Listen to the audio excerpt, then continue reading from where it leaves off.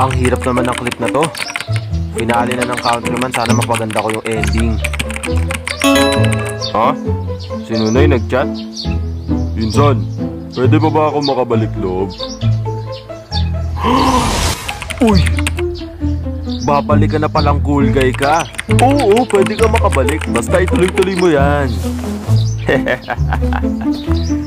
Ibang klase ka talaga. Kung kailan mamamatay ka na sa Countryman, tsaka ka pa magpapakita sa akin, ibang klase ka. Sana lang ituloy-tuloy mo na to, insan. Sabihin ko na nga kila mama.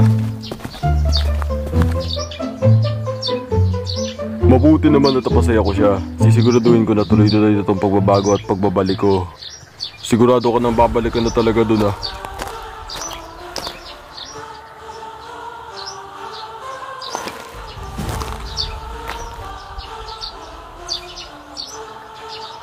Oo tol, kinakailangan ko eh. Tsaka gusto ko na rin na mas ayusin pa ang sarili ko.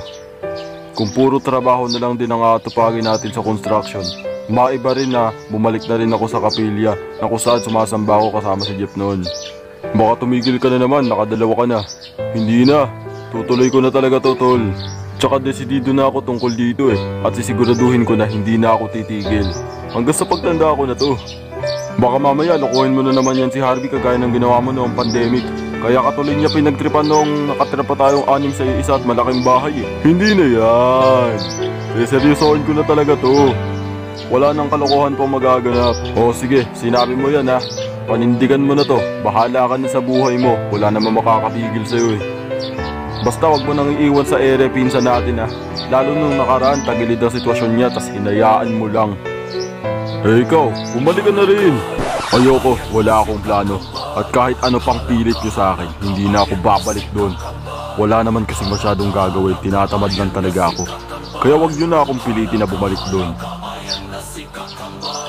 Dahil baka magkasubukan tayo at biglang pagsisihan ninyo na ipinilit nyo ako na bumalik.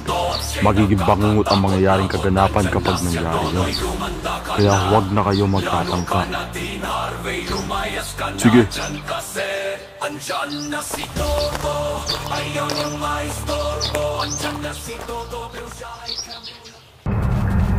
Hello ma! Oh anak, nakangiti ka ngayon. Ano, nagkaroon ka na ng girlfriend? Hindi pa ma, pero may good news ako sa inyo. Yung pinsan kong si Nunoy, nagpaplano na po bumalik sa pagiging aktibo sa church. Talaga? Naku, sana tuloy-tuloy na niya yan. Pangatlong pagkakataon niya na to.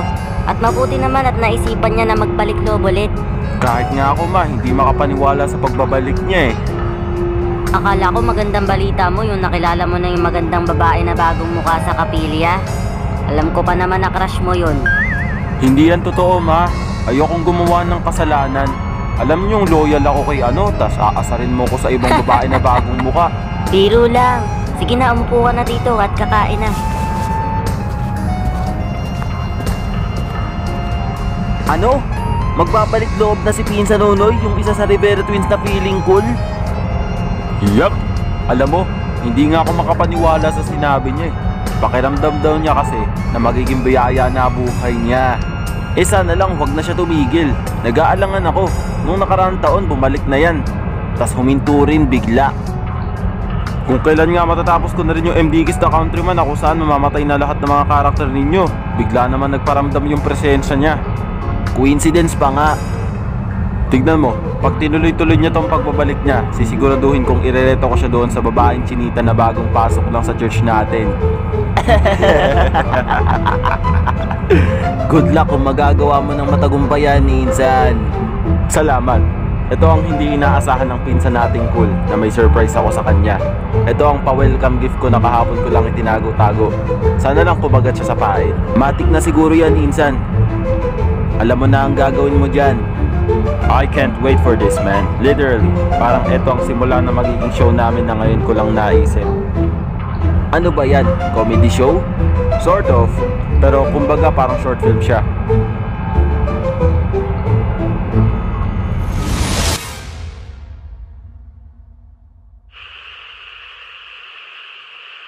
Bago ang lahat ng kaganapan, na-realize ko ngayon lang na mamaya makikita ko pala si Hazel. At ang ibig sabihin, Meron na naman akong gagawing kabanata ng peligroso. Oh, mukhang ayun na yata siya, oh. Yo, welcome back, my boy. What's up?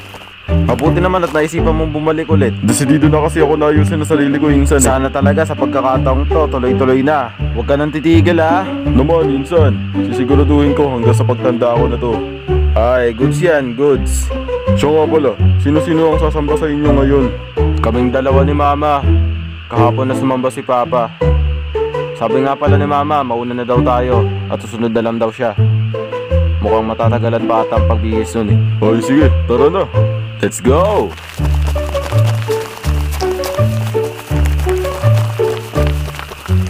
Alam ba ng kakambal mo na magbabalik ka na dito? Oo, sabi ko na sa kanya lahat ng mga plano ko sa pagbabalik ko. Eh siya ba, wala ba siyang balak na mapabilang sa atin? Naku, Insan, mas mabuti pa huwag na natin siyang pilitin. Ayaw talaga niya. Pinagbantaan niya ako eh. Sabi niya pag di daw tayo tumigil, lagot daw tayo sa kanya. Nakakatakot pala talaga magalit yung kakambal mo eh, no? Parang si Undertaker ng WWE na gusto kang ilibing ng buhay. Si Undertaker. Yun nga yung nakikita ko kay Toto eh. Kapag seryosong seryoso siya, nandidilim yung paningin tapos umuuso yung paligid na para bang wala nang ligtas sa mga taong sasalakayin niya. Matik yan. Sa pagkakakilala ko sa kakambal ko, iba yung magalit.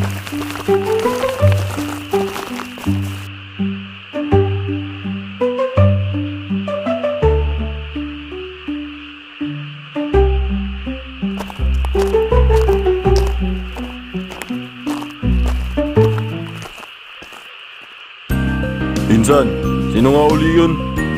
Si Hazel, nakahawig ng ex ko. Yung bantay sarado ba? Ah, okay. Hanggang ngayon pala, bantay sarado pa rin yan sa nanay niya? Eh, ganun na nga.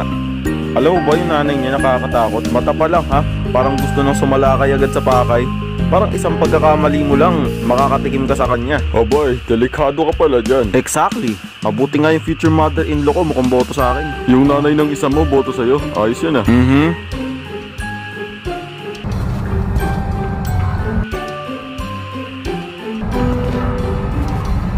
Hay nako Hazel, dahil sa'yo madadagdagan na naman ang kwento ng peligroso ko. Ito pa nga nakukwento kay Nunoy eh. Hay nako.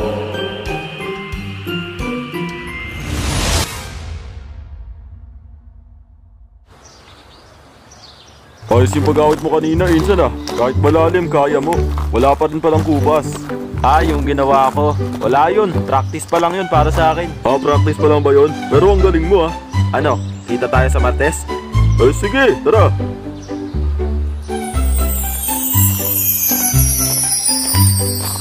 Uy, Insan, tignan mo yun, oh.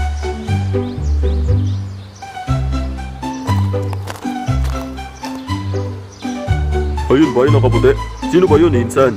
Di ko rin alam eh, mukhang bagong muka. Pero sa tingin mo, maganda ba siya? Sa tingin ko, sakto lang. Bakit, Insan? May bala ka ba na pormahan din yun? Ako? Wala akong pinaplanong ganun ah. Loyal kaya ako kay ano kung alam mo lang. Pero di mo alam. Ayan ang sorpresang hinanda ko para sa'yo. Ano? Ano sinabi mo? Ah, wala. Wala akong sinabi. Palagay ko may sinabi ka eh. Wala nga, Insan. Baka ilusyon mo lang yun. Ah, ganun ba? Eh, okay. This is the song about the chaotic cousins that do away with some ways and how no one can tell. They always go to church, have faith in the Lord, no noise, cooler and Dean Harvey is a gentle person.